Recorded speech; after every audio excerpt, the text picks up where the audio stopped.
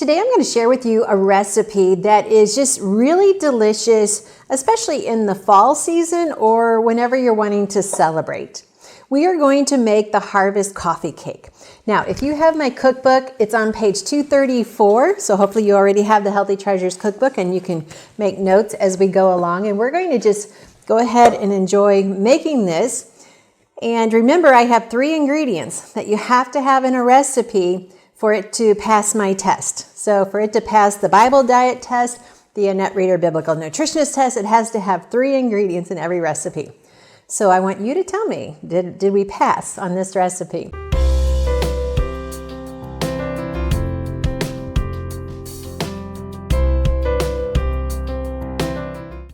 I'm Annette Reader, the Biblical Nutritionist, and I'm on mission to keep you on mission with our website, thebiblicalnutritionist.com, Facebook, The Biblical Nutritionist, the emails. You know, we want to stay engaged with you.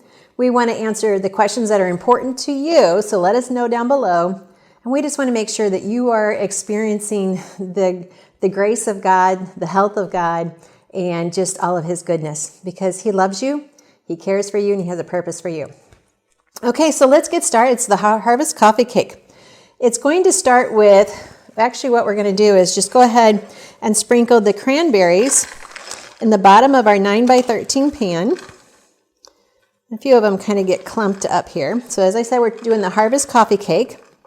And then we're going to go ahead and add our apples. Now, it says 1 cup, and if you saw how much was in here, it was actually a little bit more than a cup. And you know, the more, the better. Now remember, I'm going to come back to what are the 3 important ingredients every recipe must have to pass the test.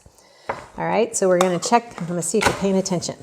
To that, we're going to sprinkle on some sucanut, and this is where, you know, these recipes are recipes that came out of our Healthy Living Treasures of Healthy Living cooking class. People have taken some of the traditional family recipes and made them healthier.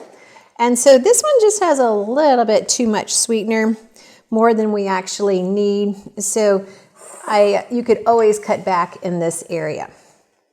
Okay, so it says to sprinkle the cranberries and the apples and then also the nuts. Now, I have out here on the counter my Nutrimil Artiste. I have it out here for a reason, because do you ever just not like chopping nuts? Yeah, I don't. And it costs more to buy nuts already chopped. So what we have done is we just chop them here in this slicer shredder, or if you have a food processor. But sometimes food processors make them too small. They almost become a meal versus just being chopped up. So I just wanted you to know this is how we're now chopping our nuts, and it saves us a lot of time. Okay, so let's look again at our recipe. So it says to sprinkle that into the pan, and then we're good to go. So in the meantime, we're going to go ahead and cream together our butter. We have 3/4 cup of butter. We're going to put that in there. To that, we're going to be adding our eggs and our vanilla and also our sucanut. So once again, we've got a second dose of sucanut, which is why you could easily cut back. And you could use stevia and you could use monk fruit very well. And right now, instead of doing this by hand, you could easily mix this up in a mixer and you'd be done in no time flat. But today I decided to do it the long, hard way. Plus, okay, so what are the 3 ingredients that you have to pass my test? You've got to have fiber. So far, we have cranberries, we have apples, and we have nuts. So we have some fiber. We're going to be adding some more fiber here in just a little bit. Okay, now I already have the flour, the baking, I got the flour, the baking powder, and the salt already mixed together in this bowl. So I'm just going to add this in. The flour is where we're going to get even more protein and fiber, because these are grains of wheat that we have milled ourselves. And if you aren't sure how to mill flour, I've got a link to that video right over there. You can catch that video there, because that is so important to gaining your health, is to not let other people touch your food. And when you buy processed flour, you are letting other people touch your food. Now, this recipe could easily be done gluten-free, and that's why I have this Bob's Red Mill all-purpose baking flour.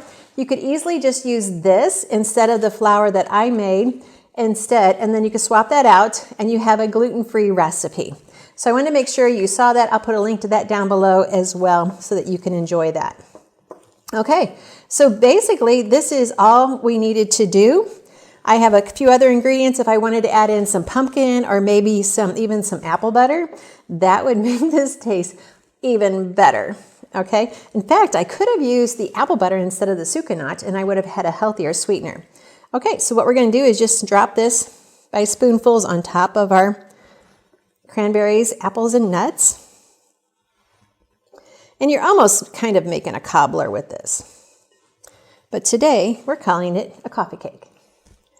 And this is a coffee cake that years ago, women would have had ladies over to their house and they would have discussed their marriages and their kids. But today, I'd like you to invite people over to discuss what God is doing in your life.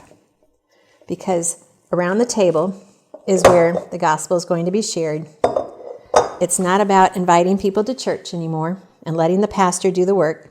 It's now what we need to be doing around our table. So I just want to challenge you to make this recipe and invite people to your home to enjoy it.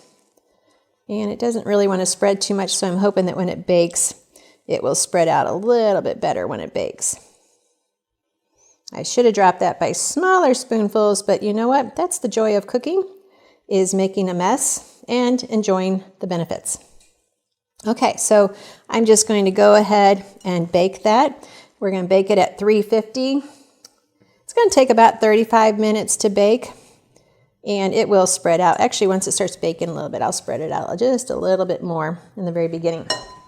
Okay. So this can be the Harvest coffee cake. You can make it gluten-free. You can make it regular. It's going to be delicious either way. Let me just tell you one thing. You can actually mix all these ingredients together, and I did that and baked it, and it turned out really delicious. So this is a good sample right here.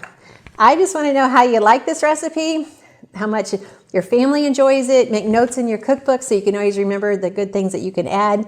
And definitely give me a thumbs up if you like it, and let me know how your family liked it. Annette Reeder, the Biblical Nutritionist. Remember, I'm on mission to keep you on mission. Thank you for joining me in my kitchen. Until next time.